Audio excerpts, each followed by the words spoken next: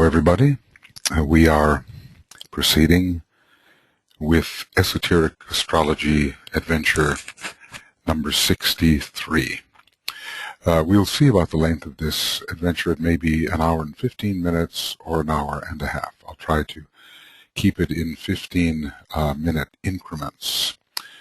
We had just finished with page 142, and we were discussing the difference between the response of the Aquarian individual upon the mutable cross. Such an individual might become what is called a faithful employee, the adherent and worker in some firm or business, and this is an example of group consciousness at a certain level of development and expression. Within that business, within whose limits all his interests are confined, and to whose welfare all he has is consecrated. We can already see the group consecration, even at that earlier level of expression upon the mutable cross, before the wheel has really begun reversing. Upon the fixed cross, this consecration to others becomes, I would say eventually, world service. Not at first, but certainly by the time we have achieved or moving towards the second initiation and passing the third initiation, and especially towards the fourth initiation, world service, liberated world server. Aquarius, we are told, and we move on here, Aquarius, we are told, governs the blood system and the circulation. Therefore, it's related to the heart, and it's related to the sign Leo, which rules the heart. But we can see already that the heart is very centralized and the circulation is distributive. And we discussed earlier that the glyph of Aquarius shows no sign of centralization, but are two lines of outgoing force, electrical force, I would add, and that the glyph of Leo, says the Tibetan, shows some point of centralization. At least it does have that circle before the lion's tail takes off in an upward direction from the circle. By means of the blood, the life force is distributed throughout the entire body. So in this case, Aquarius serves the function of the heart. These two are working together, and the individual who's centered in soul or even centered in spirit in Leo through Aquarius can distribute that centralization throughout the ring pass knot of his consciousness and even beyond. It is therefore symbolic, this is the sign Aquarius, is therefore symbolic of the task of the liberated Aquarian, who dispenses the spiritual life, throughout the fourth kingdom in nature.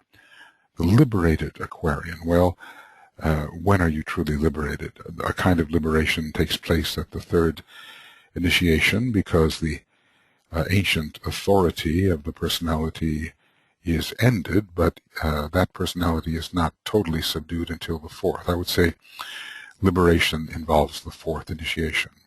It is therefore symbolic of the task of the liberated Aquarian, who dispenses spiritual life throughout the fourth kingdom in nature. And we're going to see a lot of this type of distribution or dispensation during the Aquarian age, when all manner of useful subtle energies will be widely distributed and can be appropriated by those who know how to do so. Okay, right. The Aquarian influences are also felt as life-giving in other forms of planetary life and other kingdoms in nature, but with these we will not deal, as we are confining our attention to humanity. I think we will see a strong vitalization and increasing radiation from the nucleus of various types of members of the lower kingdoms. I think There will be a move towards the increasing intelligence and domestication of the domestic animals, a move towards individualization. We do remember that at least some few of those higher domestic animals will in fact be individualized in this round and not have to wait until the next. I think we will find increased radiation, radioactivity in the mineral kingdom under the Aquarian dispensation, whether the smaller age of Aquarius or the larger, and perhaps new forms of plant life will also arise. Aquarius, as you know, is one of the arms of the fixed cross. This cross is outstandingly the cross of discipleship and of the three major initiations in connection with which it might be pointed out. Okay, so the first three initiations, are taken on the fixed cross. The fourth initiation is not taken necessarily upon any of the crosses, but is an interim condition where in a man steps down symbolically from the mutable cross and has not yet mounted the cardinal cross. The cross of discipleship, the cardinal cross is the cross of initiation, the mutable cross, the cross of average living, of average life. Its experiences occur before the true reversal of the wheel begins or gains momentum. We might say that the wheel begins to be reversed while still on the mutable cross, but does not gain that kind of power that is necessary to produce the soul-inspired life until we reach the experience of the fixed cross. Now, I think back on page 119, there was a similar kind of tabulation in relation to the mutable cross. I wonder if I can go to that page in Esoteric Astrology, and let's just see if I'm correct about that. Yes, a little earlier than page 119.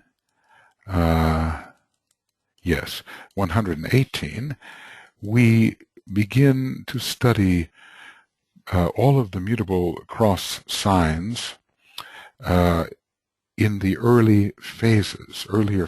We discuss the mutable cross signs in relation to the mutable cross itself, and we go on page 119 to, discuss, yes, 120 actually, to discuss the mutable cross signs when the consciousness of the individual is found upon the fixed cross.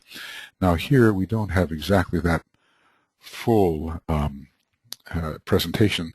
We do have, however, discussing the fixed cross when the man's consciousness is upon the fixed cross, and not discussing the fixed cross when his consciousness is actually upon the mutable cross.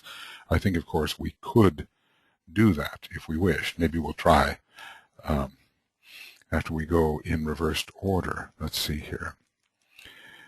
Okay, well, in Aquarius, perhaps it's enough to say that when the fixed sign Aquarius is expressing in terms of the mutable cross, the mantram "Let desire in form be ruler" is operative, and the man has a sort of a superficial sense of self, a superficial mutability and activity, and is attracted to many points within his environment and uses those points for his own purposes. He moves backwards towards Scorpio, where he begins in earnest a struggle to fulfill his desires at any cost. What is the statement involved with? Let's see, with Scorpio. We have here, "Let desire in form be ruler," and in relation to Scorpio, we have let Maya flourish and deception rule. So there is a earnest and intense Martian pursuit of all that the world of Maya offers, and the man is thoroughly deceived by the apparent reality of the personality life. Moving backwards, which the Tibetan does not do in this particular case, in Leo, of course, we have the centralization of the man and the preservation of his own sense of selfhood, a lower egoistical and egotistical sense of selfhood becomes his dominating intention, and let other forms exist. I rule because I am. He begins to understand the fact of being, but he understands being only in terms of his lower personal selfhood. He indeed is the center of his own stage and considers himself the most important, well, he's hardly objective about himself, but the most important subject within his field of consciousness. In other words, there is he himself and the remainder of his field of consciousness, and he is considered to be the dominating individual. And finally, moving backwards, or let us say in the clockwise manner, we come to Taurus, a fixed sign, but considered on the wheel of form, or the clockwise wheel. We have a concentration of desire, and we have these desires pointing downwards or oriented in a horizontal manner, but not in a vertical manner, because there is still a great cleavage between the man's consciousness and any sense of the soul. And so in Taurus it is said, and the word said, let struggle be undismayed. It's a fourth race sign, and there is a great struggle to achieve one's desires. There is a strong concentration of desire, and a man is very much the victim of his astral body. He is not an example of the purified bull. In other words, his bodily forces are not consecrated to a higher objective. They are simply consecrated to the fulfillment of his instinctual, emotional, and mental inclinations. So all of this is the fixed cross in the mutable cross phase of consciousness. This is very important to remember, and I'm sure we all do, that if you have many mutable signs, it does not mean that you are on the mutable cross in consciousness, or it doesn't mean you're on the fixed cross or the cardinal cross, but you could be. If you have many fixed cross signs, say your sun or your ascendant or both are in the fixed cross, it doesn't mean that you are actually treading the path of discipleship and are crucified upon the cross of the soul or the cross of discipleship. You could very well be upon the mutable cross in consciousness, or you could be on the cardinal cross in consciousness, and the same for the cardinal cross. Certainly, a domination or a plenitude of the of cardinal signs does not mean you're on the cardinal cross. As a matter of fact, in terms of almost all human beings, how many human beings that we know are actually on the cardinal cross in consciousness? In other words, how many of them are full fifth-degree initiates? Well, they're not walking the earth, at least visible to us. So when you have a majority of signs or a great emphasis on the cardinal cross, you will actually find your focus in consciousness either on the mutable cross or on the fixed cross, even though you have a majority of cardinal influences. I think that's clear to everyone, but it is a factor to be considered in esoteric astrology. So now we're talking about the fixed cross signs when an individual actually is taking, in that process where he's taking the first, second, or third initiation. In Taurus, desire is transmuted into aspiration. It is elevated. Its objectives become higher. Desires are not downward tending, and they are not horizontal. They are upward tending. Desire is directed towards objectives which are of a higher vibratory nature than the present actuality in which the individual lives. You might say, suppose he has some degree of ability in a given area. He aspires to improve that ability. That's a humble example. Suppose he is an aspirant. He aspires to become a disciple. Suppose he's a disciple. He aspires to become an initiate, and so forth. Desire is transmuted. That's a Uranian word, changing the vibratory condition of the state. The desire is transmuted into aspiration. Darkness gives place to light and illumination. Lead us from darkness to light is a very strong Taurian mantra. The eye of the bull is opened, which is the spiritual third eye, and that is that magnetic area, etheric area surrounding the pineal gland, which is considered to be the eye of the soul, and through which one can see into the subtle realms and even into the realm of the soul. The eye of the bull is opened, which is the spiritual third eye, or the single eye of the New Testament. If thine eye be single, said the Christ, thy whole body shall be full of light. And conversely, as the body becomes increasingly purified and filled with light, and as the energies of the body become consecrated to the consecrated to spiritual objectives, the single eye can develop. Okay. If thine eye be single, thy whole body shall be full of light. The illumination achieved in Taurus is not only the illumination of consciousness, it's also the elevation of the light value or light expression through the power of Vulcan in the entire energy system. So it's an elevation of vibration under Vulcan. Vulcan, in a way, rules the law of vibration, and under Vulcan, the vibratory response of all areas of the energy system can be increased. Of course, when Vulcan represents a material force, it can also represent inhibition and the slowing down of vibratory frequency. But we're not talking about that particular lower expression of the sort of a material resistance which Vulcan can represent. If thine eye be single, said the Christ, thy whole body shall be full of light. And this is the illumined individual with the aura which shines.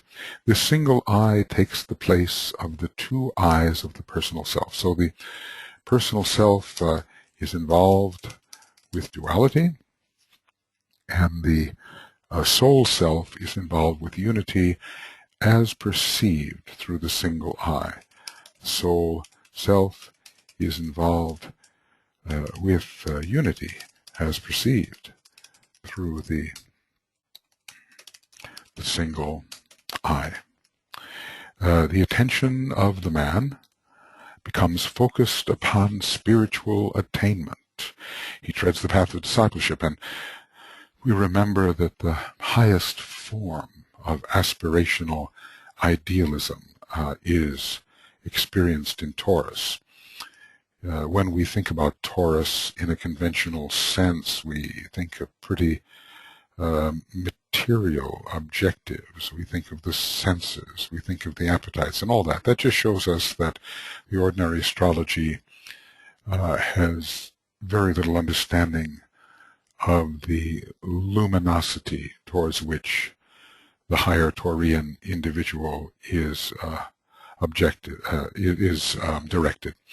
So from the two horns of the bull, from the duality of the Taurian upon the mutable cross, we move towards the unity of vision and understanding of the Taurian upon the fixed cross.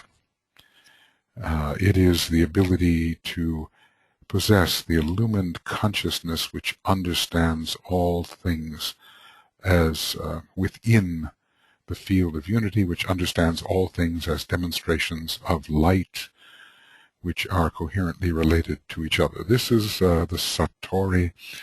This is the enlightenment. This is the illumination, the kind of experience coming from the East, popularized in the literature of the East, known as enlightenment, whether we have it coming from the Zen tradition or the normal Buddhist tradition or from the Hindu tradition. There comes a point at which subject and object are united in the state of contemplation, ruled by the planet Venus, which interestingly is very strong in the sign Taurus. When the Venus rulership and the Vulcan rulership of Taurus are merged, then we have this fusion, this enlightenment.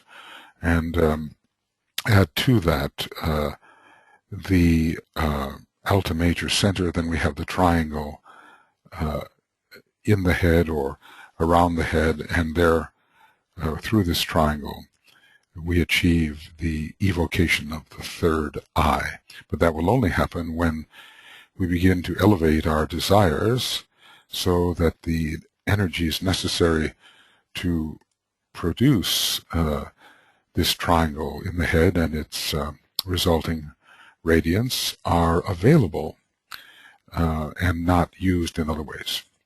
Okay, now we're talking about Taurus on the fixed cross, when the consciousness is fixed cross consciousness. What about Leo on the fixed cross? Leo on the fixed cross. In Leo, the self-centered man becomes eventually the soul in life expression. And there's the word expression, because we know that Leo too is one of those outward pressing signs, and it so often comes forward with an exteriorization of that which is found within itself. It is dramatic in that way. It wants to show forth all that is contained first within the personality, and we see so much of that today in the dramatic arts and the films, but also that which is contained within the soul, within the causal body. So the soul-centered man in Leo wants to express the soul through the personality and is very sensitive to what may be the content of that causal body or egoic lotus that is to be expressed. Sensitivity is the word. The self-centered man becomes eventually the soul in life expression and focused on the achievement of the spiritual goal of selflessness, which is the exact opposite of that which the earlier Leo individual expresses. He expresses selfishness. Leo can be one of the most self-centered, self-preoccupied, selfish signs. But later, as we know from the labors of Hercules, that heights of selflessness can be achieved when the lower lion, the king of beasts, is subdued, or as Hercules does, he strangles the king of beasts. I guess the king of beasts, once strangled, can no longer express through the throat center, can no longer let those lower forms of expression come forth. In this sign, and this is very important here, Leo, on the fixed cross, he undergoes preparation for the first initiation and takes it also in the sign or under this sign, when it is the rising sign. Now, you know, we've been talking here about the fixed cross in the fixed cross stage of consciousness, but DK goes a little bit before the true fixed cross stage in consciousness is operative, and talks about how Leo helps to lead the individual to the true fixed cross. You see, here we're going back and we see this fixed cross is outstandingly the cross of discipleship, and of the three major initiations with which it might be pointed out that, okay, so in a way he's talking about the stage in which the three major initiations can be taken. That's in a general sense.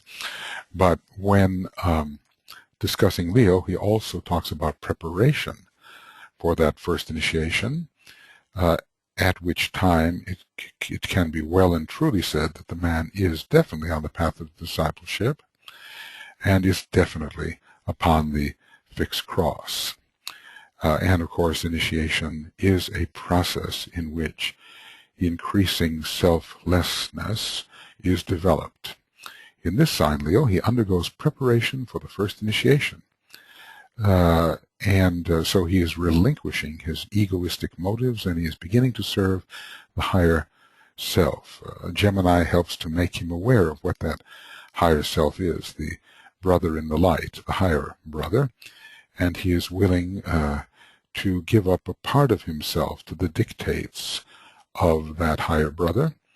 The first part to be given up is the etheric physical part, then the emotional part is given up, then the mental part is given up at subsequent initiations.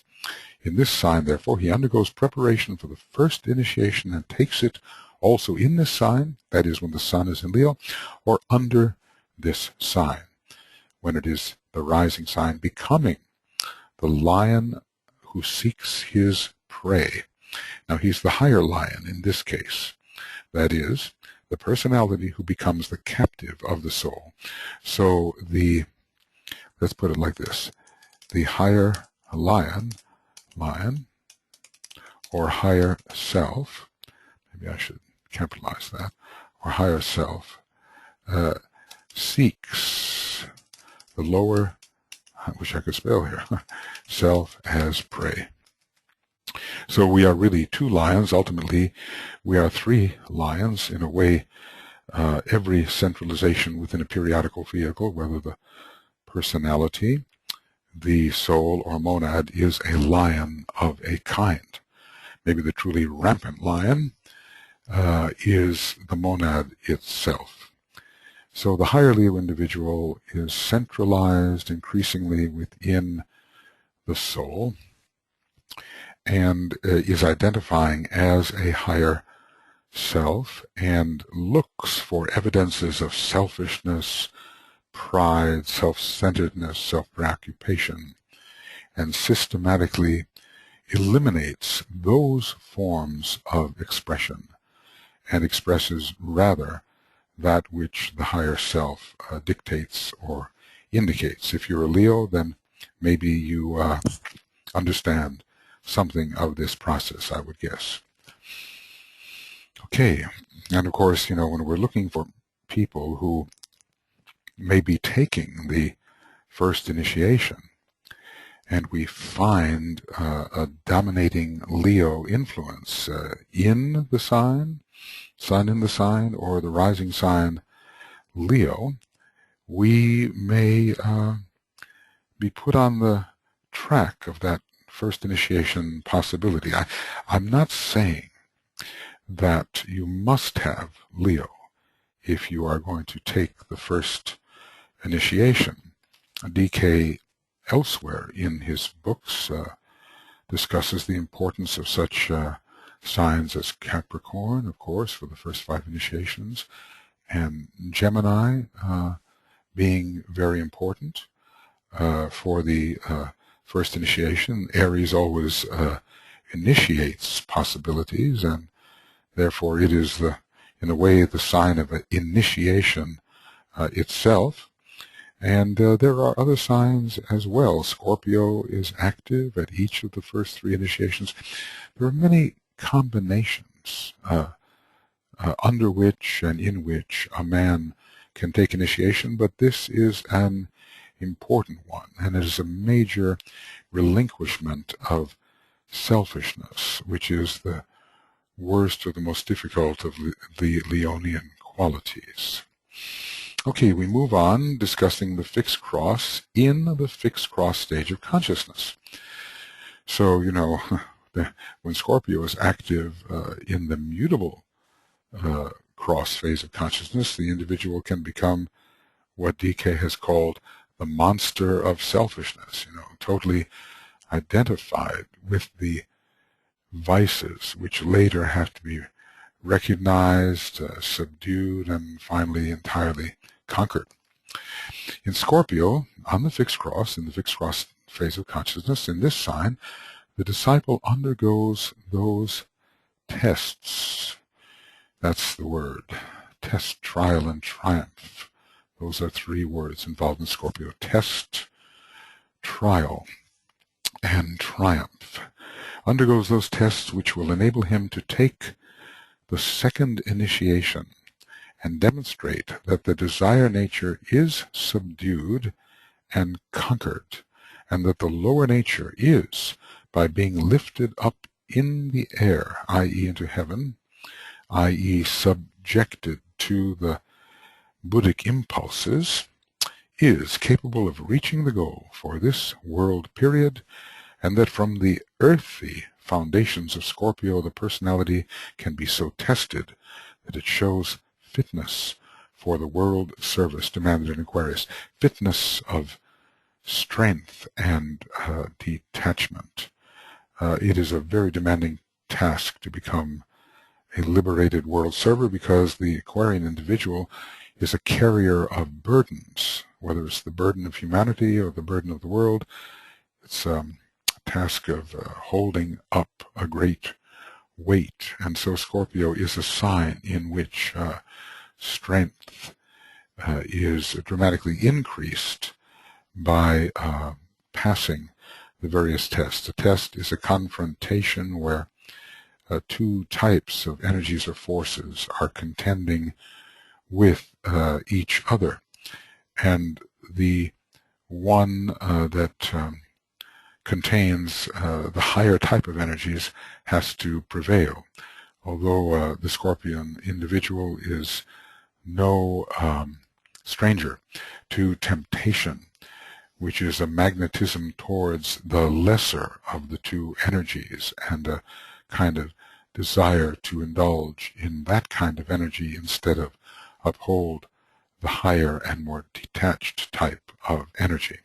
In this sign, the disciple undergoes those tests which will enable him to take the second initiation. Well, okay, let's look at it this way. In a way, maybe Leo is the sign most identified with the first initiation, Scorpio most identified with the second, and Capricorn most identified with the third. But Capricorn rules all 5 initiations, and the peculiar testing potency of Scorpio is active at all 3 of the first initiations. And there are ways, when you're thinking of light and illumination and the expansion of the self, that Leo is not only involved in the first initiation, but has important connections with the heart of the sun for the second initiation, and even with the central spiritual sun for the third initiation, and so forth.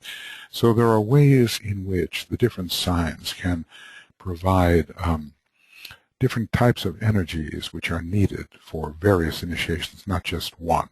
But no doubt about it, these great struggles, especially the struggle over the greatest and most powerful elemental, the astral vehicle, Scorpio is most identified with that particular struggle, which occurs at the second initiation. And he demonstrates then that the desire nature is subdued and conquered. In a way, the symbol of that is the moon, which is falling in the sign Scorpio. The moon in this particular case representing all the lunar vehicles, but especially the desire body. And that the lower nature, by being lifted up into the air, that means subjected to the energy of the intuition, which is free of illusion, and being subjected to the plane of air, which is the Buddhic plane, is capable of reaching, the lower nature is capable of reaching the goal for this world period which presumably is to be completely soul-infused and even liberated into a new sequence of development that follows after the fourth initiation.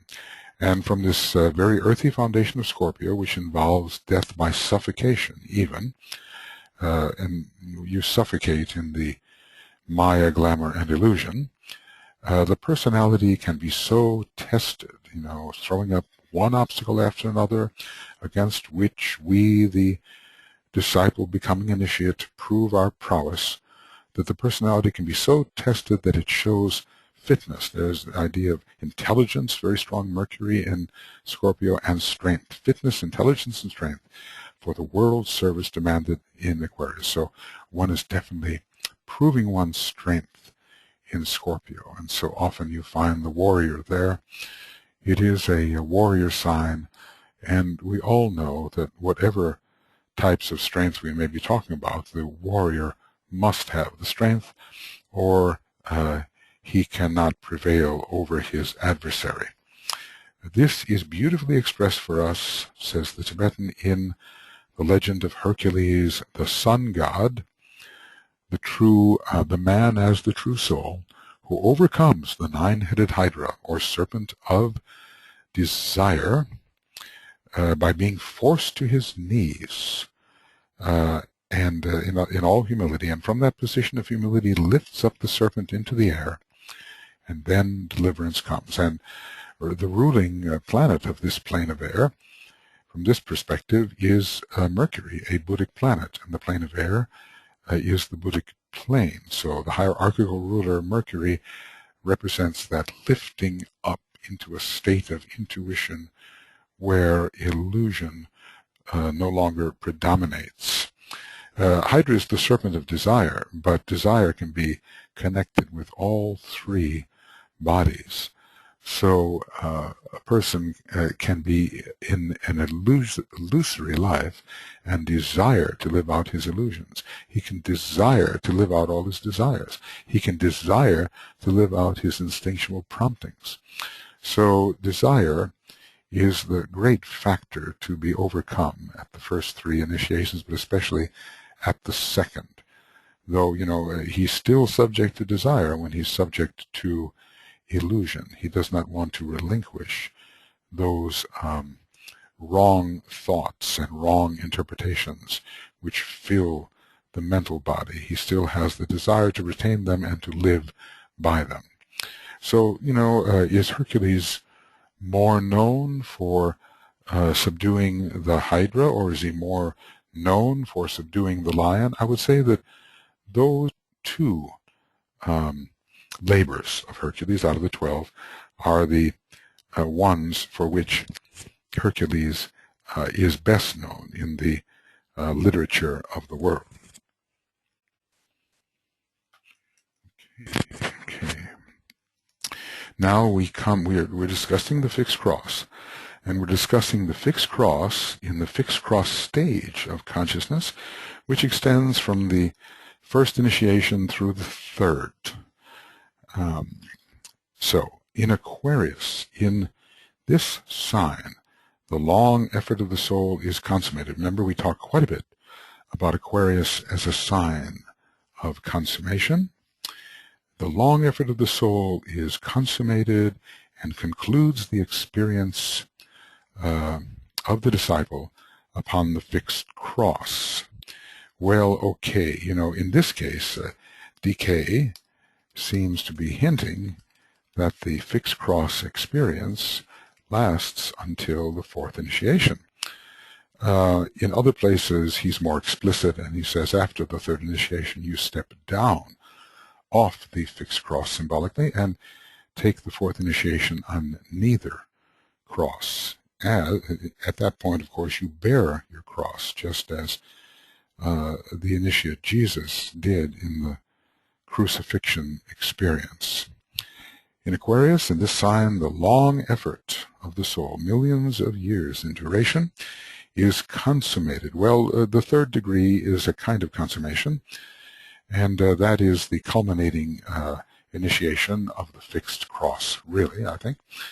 And Aquarius is frequently found at that degree, though if we choose to think of there being some fixed cross influence involved in the crucifixion, we do know that one can take that liberating initiation strongly under Aquarius, as I discussed in relation to Francis Bacon and Sir Thomas More, and they're probably, Krishnamurti. I shouldn't have left him out.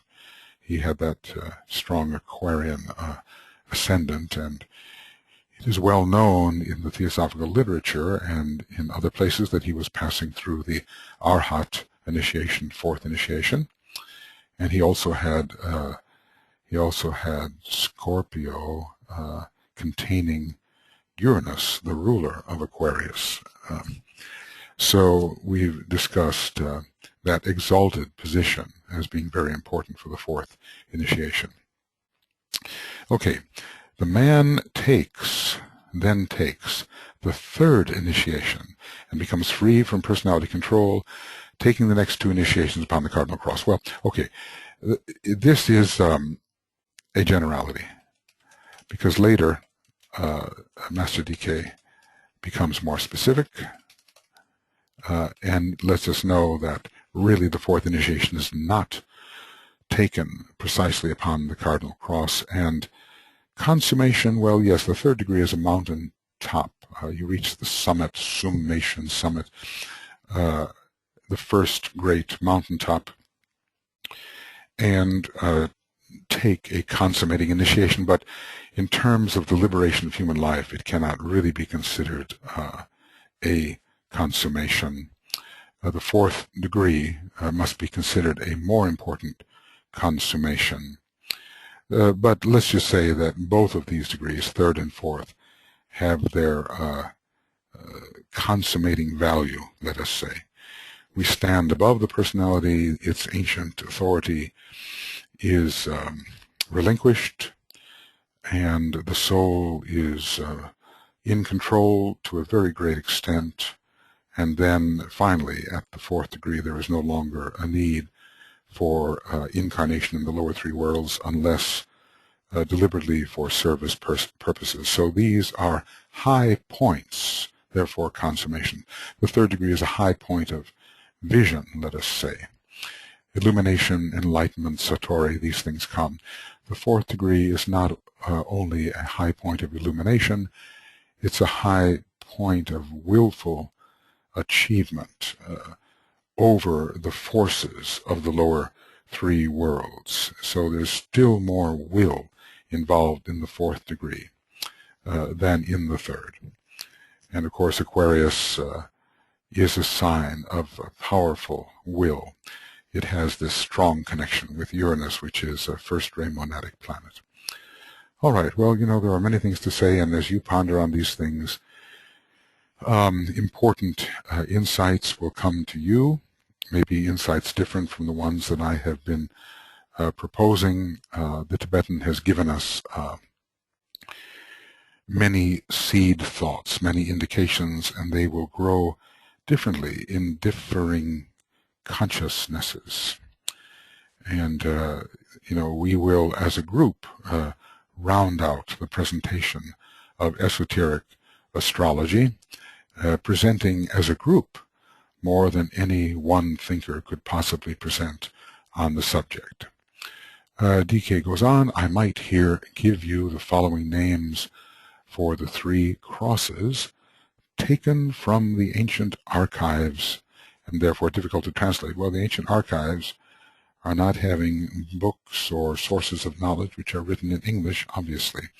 They're probably written in the ancient sacerdotal language, written in Senzar or some other languages, symbolic languages, which have to be translated into our own more pedestrian languages.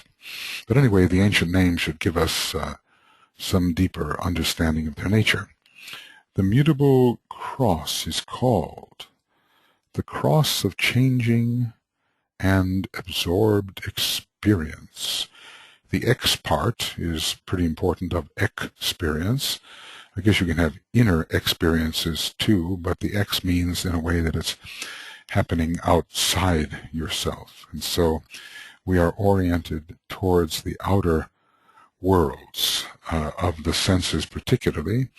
And as we, through many changes, confront all different kinds of combinations of energies and forces, we gradually assimilate and absorb them into our permanent atoms, and these experiences and our interplay with them and the values emerging from that interplay become part of the resources of our causal body. The cross of changing and absorbed experience. This is the place of action and reaction. Okay, so it's strongly under the law of karma, the law of action and reaction, in that respect very Libran. So we learn the nature of the energy we send forth by the reaction which others and the environment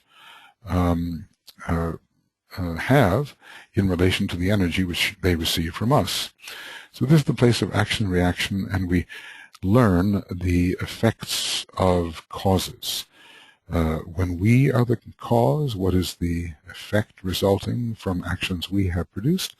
And in general and in the environment, what are the reactions to causes? We learn the nature of the lower worlds through the study of cause and effect, action and reaction. This is the place of action and of reaction, of karmic control, Saturnian control. We are not free from karma by any means, and of response to impacts, leading to the awakening of consciousness to the nature of the goal ahead. The consciousness is benighted on the immutable cross. It's pretty much in the hall of ignorance, or in the early part of the hall of learning, before the fifth petal really begins to be activated. So we are very much under lower Saturn and under the natural laws, and we are under the law of cause and effect. We are subject to the law of love, because the law of karma is in a way an aspect of the law of love. In other words, loving right relationship is the final production of the law of karma. This is the place of karmic control and of response to impacts, and it all leads to the awakening of consciousness to the nature of the goal ahead, and the goal ahead is the soul. It is the higher mental plane. It's the spiritual life, the awakening to the nature of the soul goal, awakening to the existence of the world of the soul, and to the initiations which lie ahead and which open up all sorts of energetic possibilities and possibilities in consciousness for the human being. So that's a good title, which we should remember. I'll make it a little bigger here. The Cross of Changing and Absorbed Experience. Now the fixed cross, what is this called? The cross of transmutation. Mutation is a change, and we are crossing across. We are going across to the word trans. That's what trans is meaning. We are passing from one level of experience to another. We are raising the vibratory rate of the material in our vehicles. We are purifying the material in these vehicles so they can bear or receive vibration from higher levels of energy impact. Transmutation, the passage across from one state of being to another through the agency of fire. Fire is the great purifier, the great transmuter, and we have an elevation of vibratory quality, vibratory frequency in the matters of our various vehicles. Transmutation is in a way the lowest term involved with change, this spiritual change. transmutation first, then transformation, then transfiguration, then finally maybe something we can call translation. And then, perhaps we have something we can call transubstantiation, though we will have to be careful about how we define that. The fixed cross, the cross of transmutation. The life of the personality is transmuted into the life of the soul. Desire becomes aspiration, and selfishness is transformed, there is that higher word, into selflessness. So there's a reorientation occurring on the fixed cross, and all that we were as the natural man is elevated into a new condition, and we are finally achieving a disidentification with the personality nature and identification with that field of experience, higher field of experience we call the soul, the cross of transmutation. Okay, let's look at the name for the cardinal cross. This is the cross of transcendence. Really, the fixed cross name was the most complicated. The cardinal cross, the cross of transcendence, personality life and form life and planetary life no longer control. The man stands free. Well, we have to wonder what he means by planetary life, because there are many different stages of planetary life. It's not just the lower three worlds that we can call planetary life. There is a Buddhic plane, an atmic plane, monadic plane, a logoic plane, and so forth. And the planetary logos himself has higher vehicles, and these vehicles are composed of cosmic astral substance, whatever substance is at that high level, and cosmic mental substance, and so forth. And the experience upon the cross of transcendence, the cardinal cross, is a very, very lengthy one. The shortest of all cross experiences is the experience upon the mutable cross. Fixed cross. Just, some thousands of years. Just in the same way that the Bodhisattva's duration in office is much more shorter than the Mahachohans or the Manus. They are in office for a much longer time, and similarly the fixed cross, or the cross of the soul, the cross upon which the soul is developed, is the shortest of the three experiences. In this particular case, however, the duration of the cardinal cross is by far the longest, even though duration of the mutable cross, which lasts for some millions of years, is relatively lengthy. How long is our experience upon the cardinal cross? Well, I think Sanat Kumara is upon the cardinal cross. I think the great beings in cosmos are upon the cardinal cross. So in a way, life upon the cardinal cross is virtually endless within our particular cosmos. But that's way beyond the possibility of verification. Suffice it to say, the great beings are crucified upon the cardinal cross, and the duration of their lives is very lengthy compared to that of man. Okay, so what do we have? Let's just review. He tells us from ancient archives there are names of the three crosses. The cross of changing and absorbed experience is called the mutable cross, the cross of transmutation, the fixed cross, the cross of transcendence. Changing and absorbed experience. Okay. Substance, the ocean of life, water, the symbol of desire, and the impulse to incarnate are transmuted into soul light and light substance, and the urge to tread consciously the path of return, plus the longing to serve. Well, I think what he's talking about here is the contrast between life upon the mutable cross and life upon the fixed cross, in relation to which we have just discussed the four fixed signs. So let's repeat this. substance, the ocean of life, and I guess he would mean lower substance and not light substance, although essentially all substance is light. Substance, the ocean of life, water, the symbol of desire, and the impulse to incarnate. These are all repetitive experiences upon the mutable cross, are transmuted into soul light. We'll call it a higher type of substance.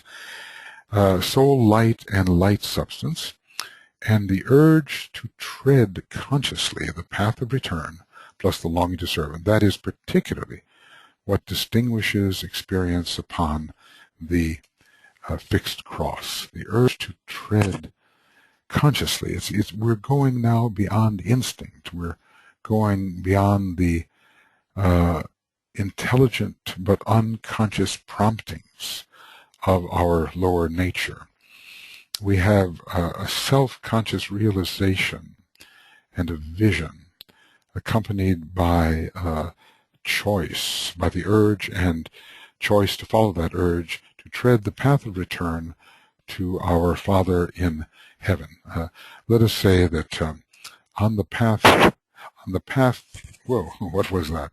On the path of return, we have a sighting of the monad, even though we don't know what the monad is until much later on the path of return. We have at least the idea that spirit exists, something much higher exists. There's a higher self and something higher and higher and higher, and we have the urge to change our energy system, to transmute our energy system so that we can come in contact with those higher frequencies. And as we do so, our love and compassion and our sense of fellowship and our sense of unity increases. We become much more sensitive to the condition of others like ourselves. We feel a kinship, and we realize we are not alone, and we begin to feel other people's sorrow and happiness and, in general, the states that they are experiencing, and we want to help improve those states because we begin to participate in their states. We don't only participate within our own ring pass knot, as we begin to receive the impacts that from the energies they are experiencing.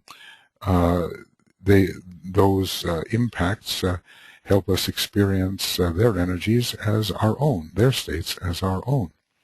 Desire is developed and focused in Taurus.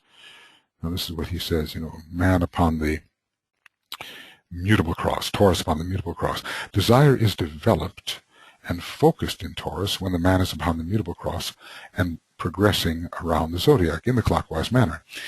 Desire, it is reoriented and repolarized in Taurus when the man has mounted the fixed cross. So there is a change in the orientation of desire. That's one of the most important things we can say about Taurus here. In Taurus, the direction of desire is reoriented. Okay, now let us see. I hope I have not lost my audio connection. I think I'm still, no, it says it's restored now. There are these fluctuations. So anyway, I'm making a recording for you, and even if I've lost my audio connection to the internet, there's nobody on but me right now. So I can continue, and hopefully this will work out for you. All right. Desire, then, in Taurus is redirected. And perhaps, one has real vision in Taurus of what low desire is and what high desire is. And there's a struggle between low and high desire, which is a continuation of that theme, let struggle be undismayed.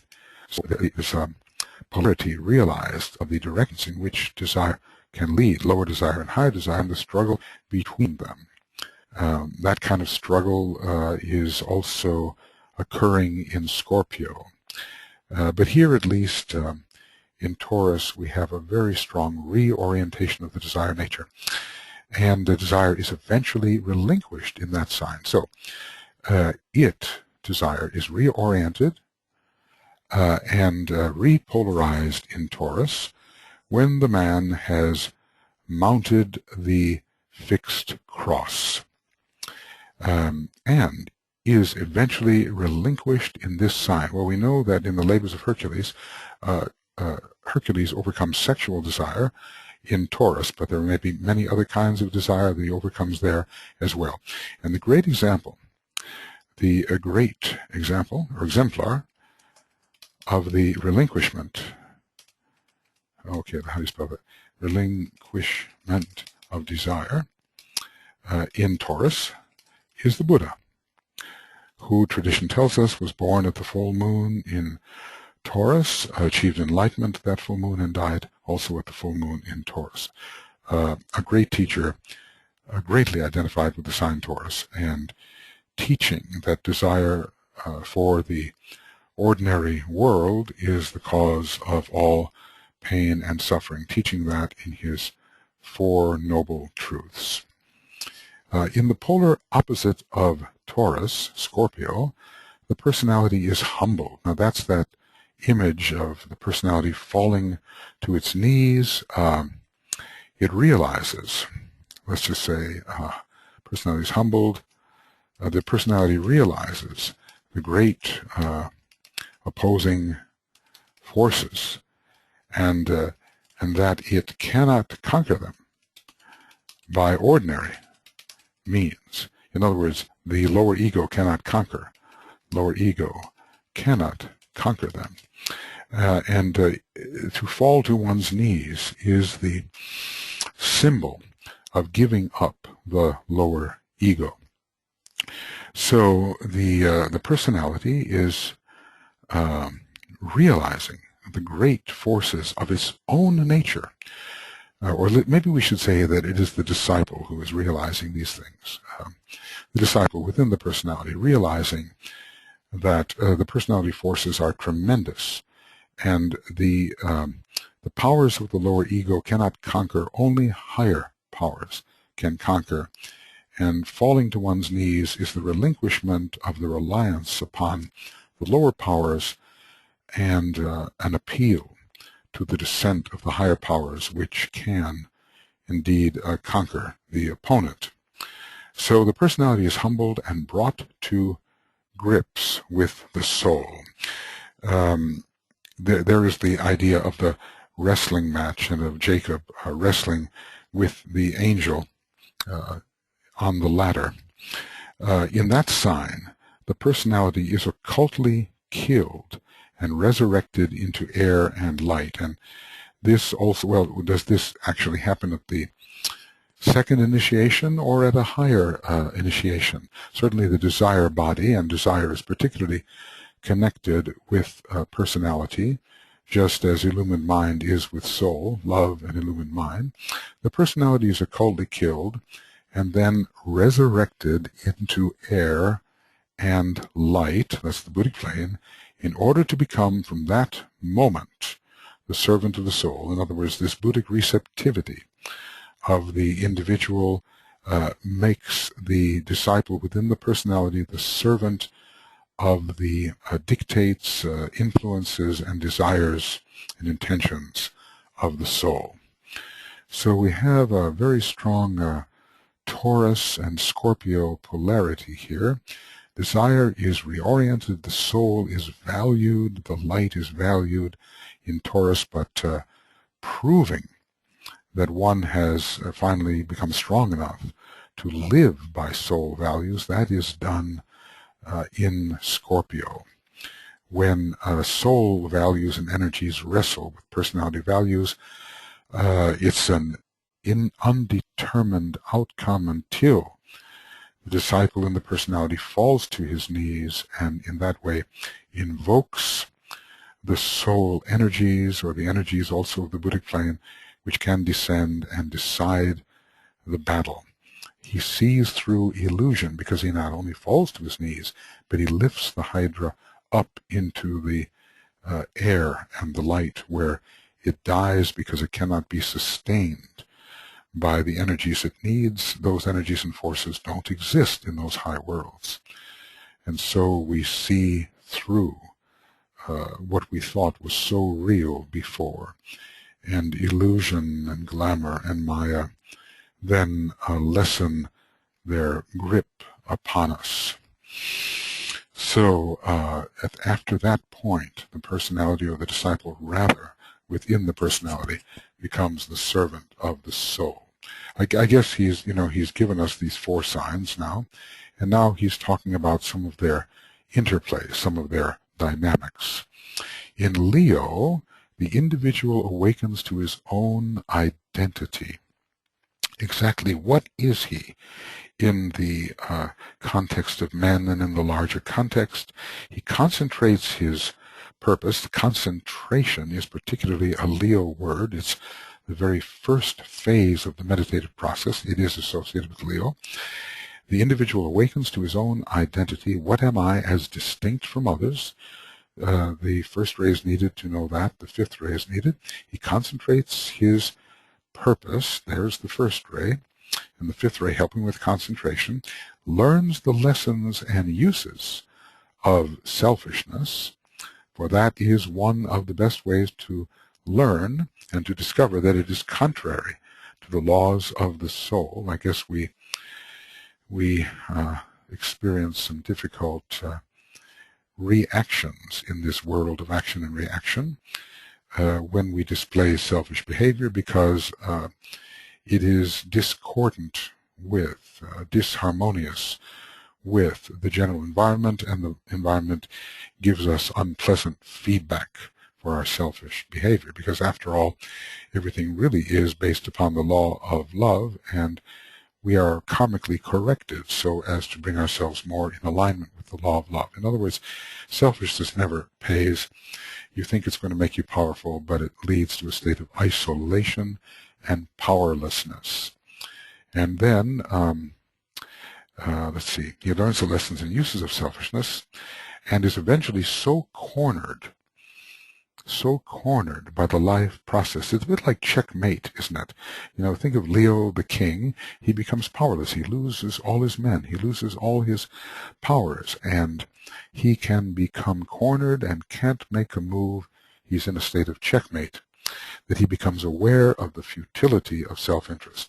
And this is sometimes symbolized in psychology by the dream that the king is dying or the king is dead. The old lower egoistical methods of living just don't work. They don't lead to real empowerment. Empowerment comes through cooperation. It comes through the adding of the forces of others to one's own forces.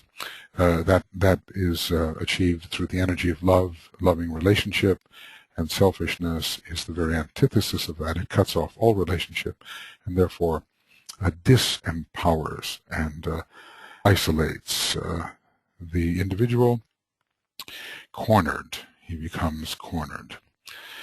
So the futility of self-interest, it's a bit like the first ray having to stand with his arms in the cross and say, I'm sorry, I need you, I want to cooperate with you, I want to love.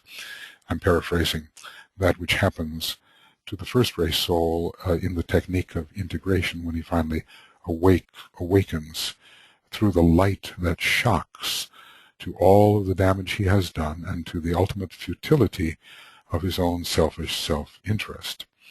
In Aquarius, the opposite sign to Leo, the man awakens to the beauty of group life, group interest. Why beauty? Why beauty? Because the group life brings in all of the archetypes in relation to each other and presents a splendid display of interrelated design, all the factors of which need each other.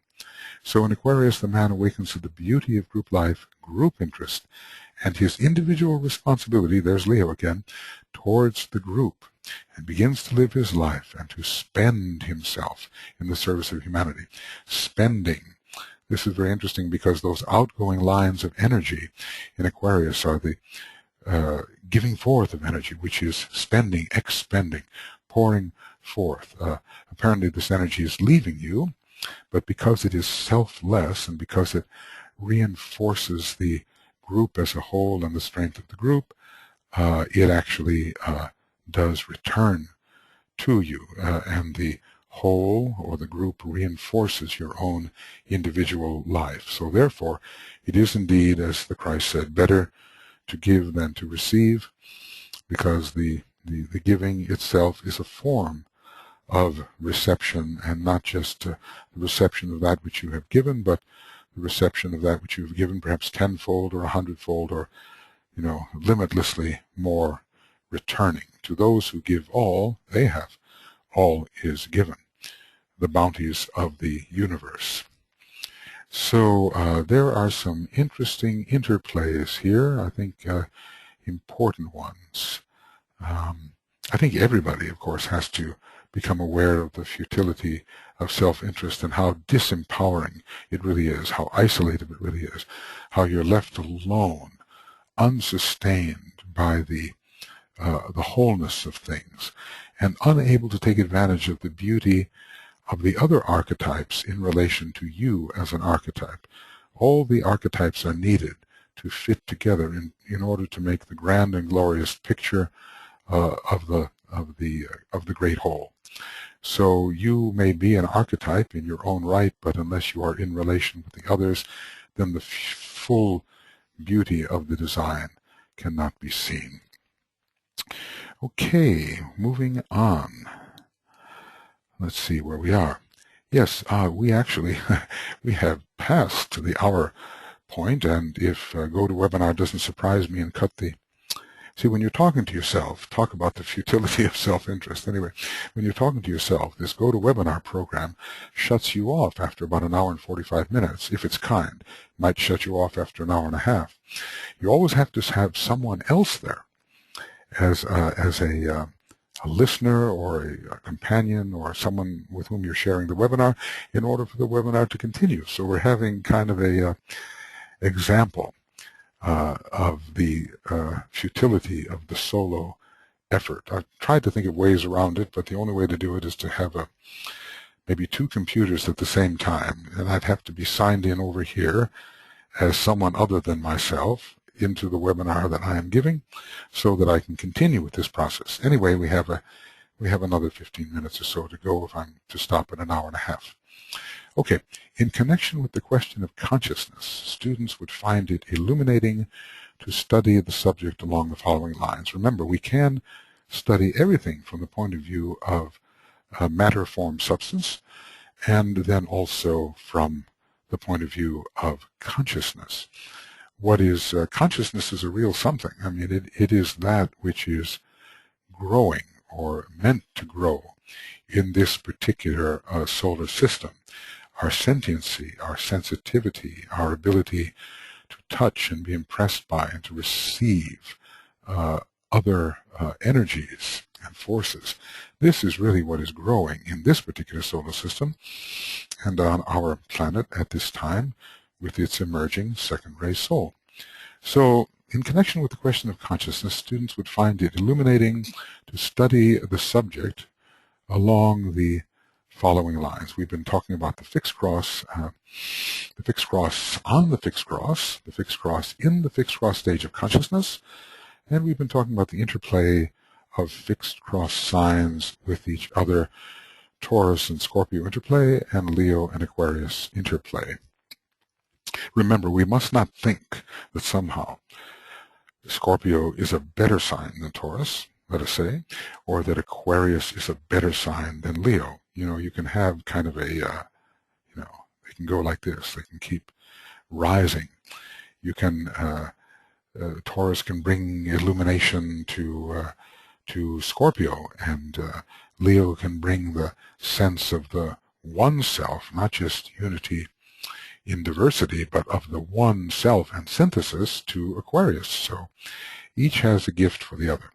Okay, we have, in terms of consciousness, subjective latent consciousness in Aries. It is so far not fully expressed. It is undeveloped. It is the very beginning But the seed for the growing consciousness is there, and a final climax in Aries can also occur, a great realization of being. In other words, the usual limitations of what we call consciousness gives way to the realization of being. But that's later in the game. The consciousness of duality in Gemini. So there's definitely a consciousness of being, two different centers of energy, being the personality, being the soul, and oftentimes with the disciple in between, trying to decide which he shall identify with and which he shall be. There is the mass consciousness in Cancer, and we are aware of this world of glamour, illusion, and Maya in Cancer. And so basically aware of the anima mundi, of consciousness within the form.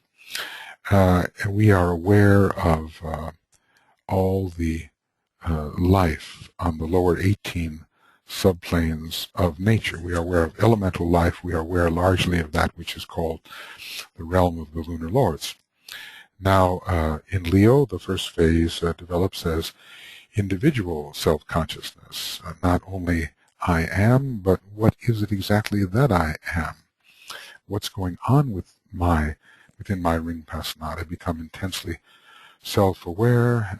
Often artists at a certain phase are doing this. They try to feel exactly what are the themes that they have to express, what's going on within their psyche, and they try to exteriorize this. It's a form of sensitivity. As Leo is the sign, it is a set of sensitivity, but I would like to call it sensitivity to the boundaries of self. Then there is equilibrized consciousness in Libra, where we begin to identify easily as either the soul or the personality, and both simultaneously. So there's a harmonization here of the pairs of opposites, and we are able to look at life in an equable and balanced manner. Equilibrized consciousness, and this is eventually the aspect of the entire man which is demonstrating neutral electricity or equilibrized consciousness is really the soul. So we stand between, able to harmonize the two parts of the pairs of opposites, seeing the value of both, and able to have the two flow into each other, able to see the two, as it were, married to each other. And finally, group consciousness in Aquarius, which we have been discussing. We extend our sentiency throughout the many factors which may be unitively related and collected together, and we begin to participate in a larger ring passanat than our own. Progressively, the ring passanat widens under Jupiter, with Jupiter the esoteric ruler of Aquarius, until we are able to include in the sense of I am of that which is quite large and inclusive of many other selves, until we realize, let the group realize, there are no other selves, which is more like a Leonian realization. But we start to identify with larger and larger groups. You know, we can see that even nationalism, well, let's see, even loving one's city, let's say that, or nationalism, patriotism, is a form of group consciousness.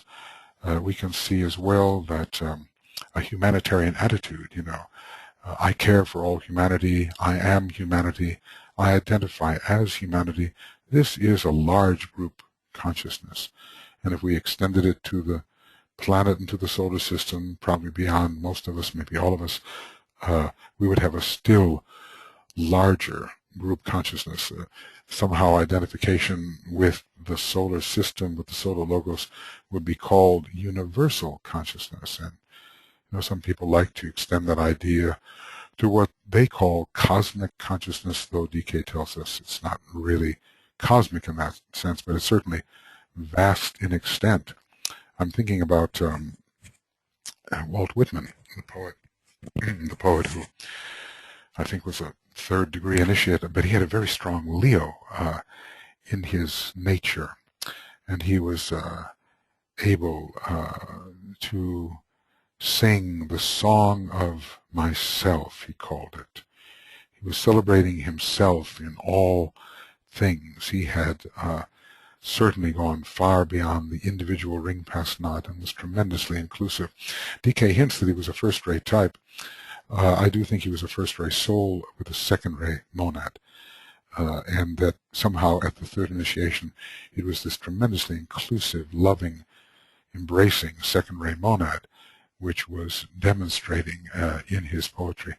I don't read poetry so much, but when I do, I love Walt Whitman, especially because of that expansive, inclusive, identificatory attitude that he has. You can just feel his ability to make us participate in all things. All right. We have just, I'm aiming for an hour and a half to try to cheat the hangman here. The hangman is the, the webinar technology, which just wants to cut me off at some point. So I'm hoping that an hour and a half will be allotted to me here. The distinction between exoteric and esoteric astrology lies in just such recognition as listed above. Remember that esoteric astrology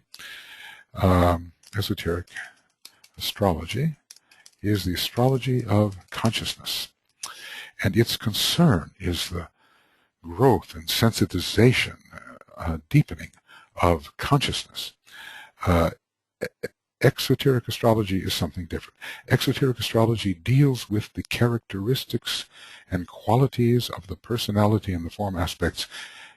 So, in other words, what is the personality per se? And that's very important to know, of course. It's good for an esoteric astrologer to have that kind of exoteric knowledge of what is the nature of the form through which the soul is trying to express.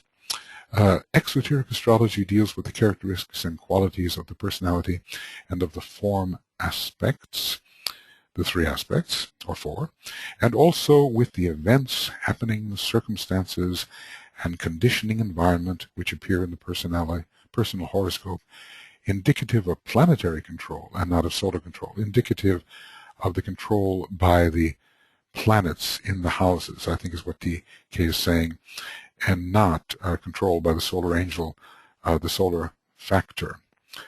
Now, look, when you ask yourself, well, what do these events, happenings, circumstances, conditioning, etc., what do they mean?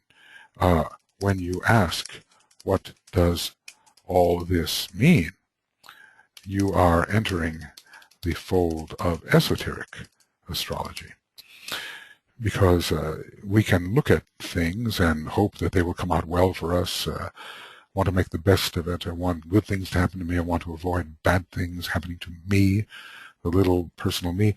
But when you try to say, well, what is the gain for consciousness, whether good things happen or bad things happen, then you have entered the realm of esoteric astrology. And in the very first rule, for the 14 rules for applicants, if he cares not for the suffering and pain of the lower self, if it is immaterial to him whether happiness comes his way or not, if the sole purpose of his life is to serve and save the world, and if his brother's need is for him of greater moment than his own, then the fire of love is irradiating his being, and the world can warm itself at his feet. So this is a requirement for initiation. So things happen, good and bad, from the perspective of the form, but good can be bad and bad can be good from the perspective of the consciousness. A lot of good things can happen to you and you may learn nothing. A lot of apparently bad things may happen to you, and consciousness may be the great benefactor. Of course, that's all easier said than done. Easier said than appreciated. But in the middle of so-called bad things happening, we have to say with Master Morya, well, obstacles are possibilities. What is the good that is occurring in this? Esoteric astrology concerns itself primarily with the unfoldment of consciousness. That's just the key thing. The unfoldment of consciousness through the personality horoscope, with the impacts which awaken it to the peculiar gifts of any particular sign and ray endowment. So it's concerned with impacts, and consciousness is awakened to the fact that gifts are coming through signs and planets and rays, and those gifts have to be appropriated, have to be utilized and somehow assimilated. So, it's not just what's happening to me, it's what's the value of what is happening and how can I utilize what is happening to expand my consciousness. So it concerns itself primarily with the unfoldment of consciousness, with the impacts which awaken it to the peculiar gifts of any particular sign and ray endowment, and with the reaction of the man and his consequent enrichment through his response to the influence of a sign working through the esoteric planets from the angle of humanitarian awareness of discipleship and initiation. Well, that's quite a mouthful. That's one of those ongoing sentences by the Tibetan, which is so synthetic in nature. But esoteric astrology is concerned with the reaction of the man. And he's going to be enriched by what he reacts to of the incoming energies, and his consequent enrichment, energy enrichment, consciousness enrichment, through his response to the influence of a sign or ray or planet working through the esoteric planets. No, let's keep it the way it was. The influence of a sign working through the esoteric planets. His enriching response through his response to the sign which works through esoteric planets, increasing in him humanitarian awareness, the potential for true discipleship living, the potential to become an initiate. So let's read that whole thing again, because that's just, that's a marvelous thing. And I think esoteric astrology concerns itself primarily with the unfoldment of consciousness. Okay, with the impacts which awaken it, i.e. consciousness, to the peculiar gifts of any particular sign or ray endowment, a great appreciation for these impacts that are coming at us and through us, and wondering what we can do with them and learning what to do with them, and with the reaction of the man and his consequent enrichment through his response to, if he learns how to respond to the influence of a sign working through the esoteric planets from the angle of humanitarian awareness, discipleship, and initiation. In other words, the gifts of the esoteric planets concern these three things. Gifts of the esoteric planets concern humanitarianism, the discipleship living, initiatory power and potential. He will be enriched if he realizes this and uses them in this way. This deals basically with his experiences from the angle of the three crosses, which involve first cross, mutation, then direction, and finally initiation. Now, this is excellent. It involves mutation on the mutable cross, direction on the fixed cross, and even on the fixed cross there's going to be initiation, but then finally initiation, true initiation on the cardinal cross, because the cardinal cross theme, you begin to sense it. You catch the scent of it at the third initiation, which is really the first true initiation. Increasingly, these three crosses will take a prominent place in astrological delineation. All right, well, this has been Esoteric Astrology Adventure number 63, and it's been an hour and a half in duration. And we have gone from page 142 to some other page here. Let's see where, to 147. Oh, is that possible? That many pages? All right, let's just see, 146 anyway. So we've gone from 142 to 146. All right, and now it is time for us to say the great invocation together. Yes, it's really time. And let's look here.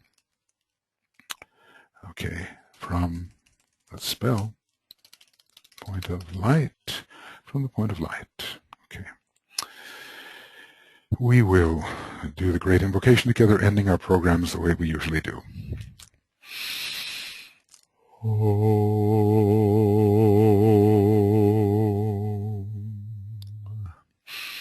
From the point of light within the mind of God, let light stream forth into the minds of men. Let light descend on earth. From the point of love within the heart of God, let love stream forth into the hearts of men. May Christ return to earth. From the center where the will of God is known, let purpose guide the little wills of men, the purpose which the masters know and serve. From the center which we call the race of men, let the plan of love and light work out, and may it seal the door where evil dwells. Let light and love and power restore the plan on earth.